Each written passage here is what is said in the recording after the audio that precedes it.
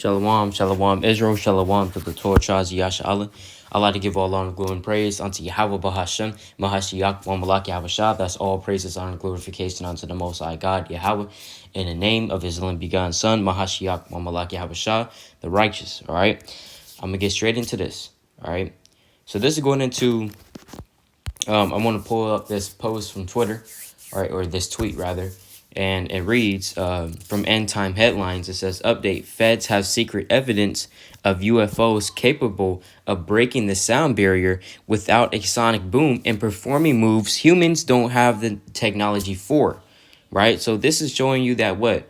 UFOs, if you didn't know, or if you're in doubt, yes, UFOs are real, right? What they call UFOs. Remember, these are actually IFOs, identified flying objects, because we know what these so-called UFOs are. Right? Some people call them flying saucers. But you think that there's some little men in here, some little green men in these little flying saucers that people are seeing around the world. No, right? These are the chariots of the Most High with angels flying in them, right? And these are real. And they're visiting the earth right now, right? Now, I want to pull this up. This is the United States Space Force. This was implemented by Donald J. Trump, right, former president, of Babylon, on December 20th, 2019. Why? Because he knew that America wants to have dominance in the air, Shalakia, in space. Why? Because they know about these chariots, right? They know about the chariots of the Most High coming down and visiting them that dwell upon the earth. All right, let's go to the book of Genesis, because this happened during the time of Genesis, right? Let's go to the book of Genesis, chapter 10. It's like Genesis 11, and verse 1. And the whole earth was of one language and of one speech, right? Because, Esau, he wants to implement his new world order. He wants to have this, one currency, stuff like that. He wants to bring every nation together, right? Because that's the mindset of Esau, right? Let's go to the book of Habakkuk, right? Habakkuk chapter 2. Habakkuk chapter 2, right? I'm start at verse 1. It says, I will stand upon my watch and set me upon the tower, and will watch to see what he will say unto me, and what I shall answer when I am reproved. So we're standing upon our watch right now. You know what I'm saying? The brothers that's out here watching, the sisters that's out here watching, right? Meaning what? Watching the prophecies, right? Seeing what's going on around the world and linking it up with the scriptures, right? And especially the men, we're the watchmen, right? Those of us that's in this truth, we're the watchmen, right? And we're standing upon the watch and looking out to see the destruction that's coming so that we may run and tell our people, right? Verse 2, and the Lord answered me and said, write the vision and make it plain upon tables that he may run that readeth it. Hey, we're writing a vision right now. We're making it plain upon tables. How? By telling our people the prophecies in a plain manner, right? We're not going to use big old words. We're not going to use advanced words. We're not going to speak to them in a different language they don't understand. We're going to break it down in simple terms so that they can understand what's going to happen, right? Verse 3, for the vision is yet for an appointed time, but at the end it shall speak and not lie. Though it tarry, wait for it, because it will surely come, it will not tarry. So all these prophecies, a lot of people say, well, there's a lot of prophecies in the Bible, but they're never going to happen, right? Or they're not going to happen in my lifetime.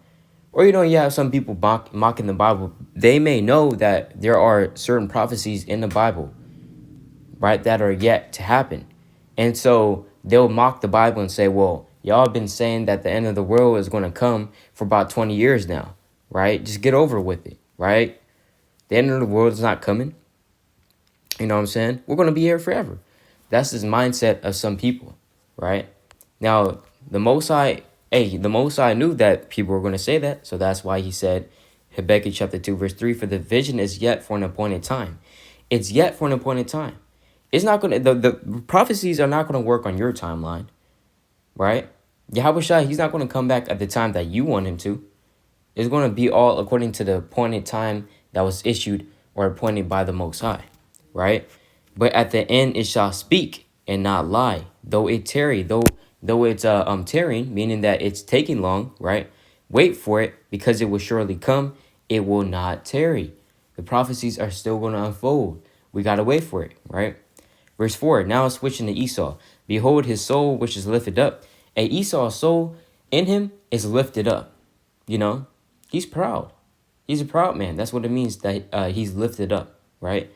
Is not upright in him, but the just shall live by his faith. Yea, also, here's the point. Yea, also, right? Because he transgresseth by wine. He is a proud man, neither keepeth that home, who enlargeth his desire as hell, and is as death, and cannot be satisfied, but gathereth unto him all nations, and heapeth unto him all people.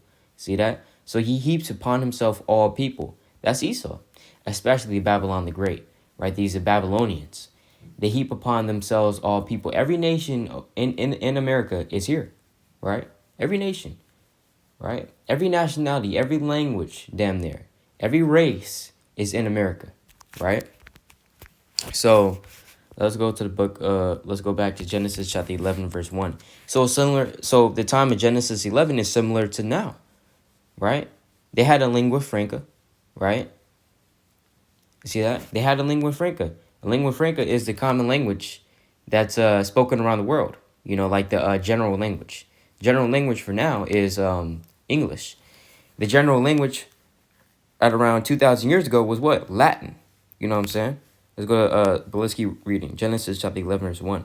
And the whole earth was of one language and of one speech. And it came to pass as they journeyed from the east that they found a plain in the land of Shinar, and they dwelt there. And they said to another, Go to, let us make brick and burn them thoroughly. And they had brick for stone, and slime had they for mortar.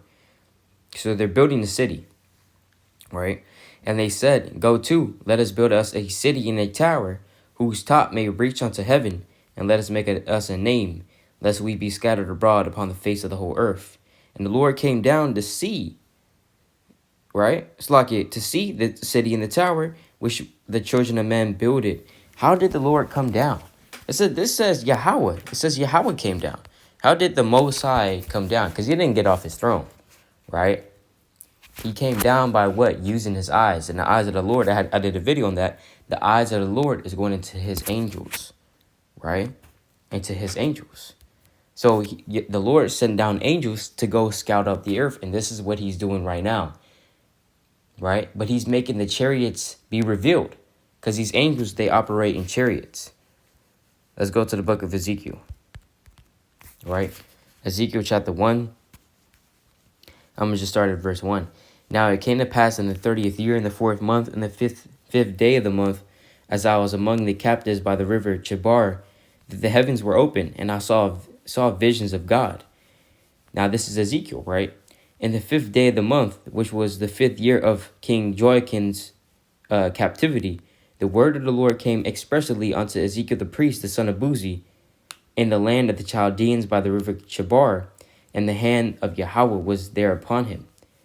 And I looked, and behold, a whirlwind came out of the north, a great cloud, and a fire enfolding itself, and a brightness was about it, and out of the midst thereof, as a cloud of amber, out of the midst of the fire. So Ezekiel is seeing the visions of the chariots, and he's seeing the chariot, right? And this chariot, all around the chariot is fire, you know what I'm saying? And in the color amber.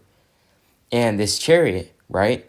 It's not going to say UFO, right? The code name, for lack of better terms in the scriptures, for a chariot, or what we know as, or, the people know as a UFO, is a cloud, right? Because let's go to the book of Psalms, right? It says a great cloud right there. It's the book of Psalms, chapter 104, and verse 3. Who layeth the beams of his chambers in the waters, who maketh the clouds his chariot, who walketh upon the wings of the wind. So the Most High, he makes the clouds his chariot, right? So the clouds, when you read clouds in the scriptures, sometimes it's going into the chariots of the Most High. Like, for example, let's go to the book of Revelation, chapter 1, verse 7. Behold, he cometh with clouds. So Yahweh Shai, he's going to come with clouds. Remember, these clouds is symbolic or as a representation of what? The chariots and the Most High, the UFOs, right? And every eye shall see him. Everybody's going to see Yahweh Shai when he returns. And they also, which pierced him, lets you know that there's regeneration in the Bible. Because who pierced Yahweh Shai? That was 2,000 years ago, right?